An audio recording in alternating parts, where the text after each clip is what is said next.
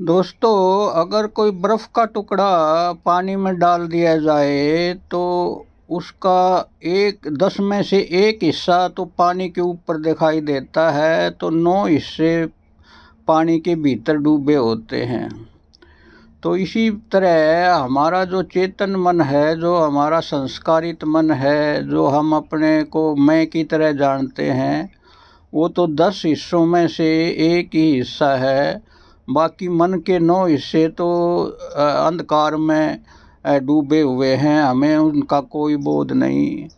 लेकिन जो हमारे आवेग हैं, आते हैं, काम के, क्रोध के, लोभ के, ये जो अंधड़ आते हैं और जो हमारी होश को उड़ा ले जाते हैं सूखे पत्ते की तरह, तो वो जो अचेतन शक्तियों का जो फोर्स है वो बहुत ज़्यादा है। और हम चेतन मन से प्रतिज्ञा करते हैं कि ये ऐसा काम नहीं करूँगा, लेकिन जब अचेतन शक्तियों का अंधड़ आता है तो हम वो काम कर बैठते हैं। तो इस प्रकार हमें लड़ाई चलती रहती है। हम सोचते कुछ हैं, होता कुछ है। हम अपने को ये रोज़ रोज़ प्रतिज्ञा करते हैं कि हम क्रोध नहीं करेंगे, लेकिन फिर दिन में कितने बार क्रोध कर बैठते हैं। तो ऐसी स्थिति में आदमी टूट जाता है। तो कैसे हम जो अचेतन तल हैं उनको प्रकाशित करने के लिए क्या करें, कौन सी साधना करें? तो मित्रों, तंत्र ने ये साधना बताई है कि अपने जो आवेग आपके बहुत गहरे से आता हो, अचेतन मन से जो आवेग आते हों, तो उनके साथ रहो। अपने बोध को, अपनी अटेंशन को उनके साथ ही बने रहो। तो क्या होगा कि आपकी जो हाजिरी है उनके साथ होना है, तो वो बोध का प्रकाश उस अंधकार को दूर कर देगा और वो सचेतन हो जाएंगे।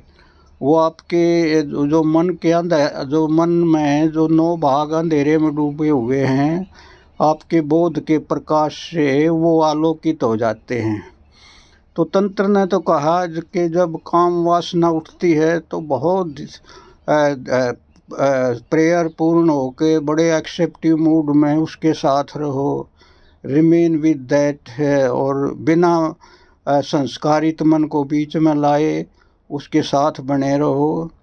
तो वो जो अचेतन हिस्सा है वो चेतन हो जाएगा। तो तंत्र ने तो कहा कि क्रोध को भी होशपूर्ण करो तो क्रोध रूपांतरण हो जाता है। किसी भी अचेतन शक्ति को हम स्वीकार करके अपने बोध को उसके साथ बनाए रखें तो वो रूपांतरण हो जाती है। तो ये तंत्र की एक अलकेमी है, ये एक बड़ी गहन विद्या है। तो ओशो ने बहुत जोर दिया कि कैसे हम अपने अचेतन को चेतन बनाएं, लेकिन लोग तो मूड हैं, उनको अभी तक लोग ये बात नहीं समझे।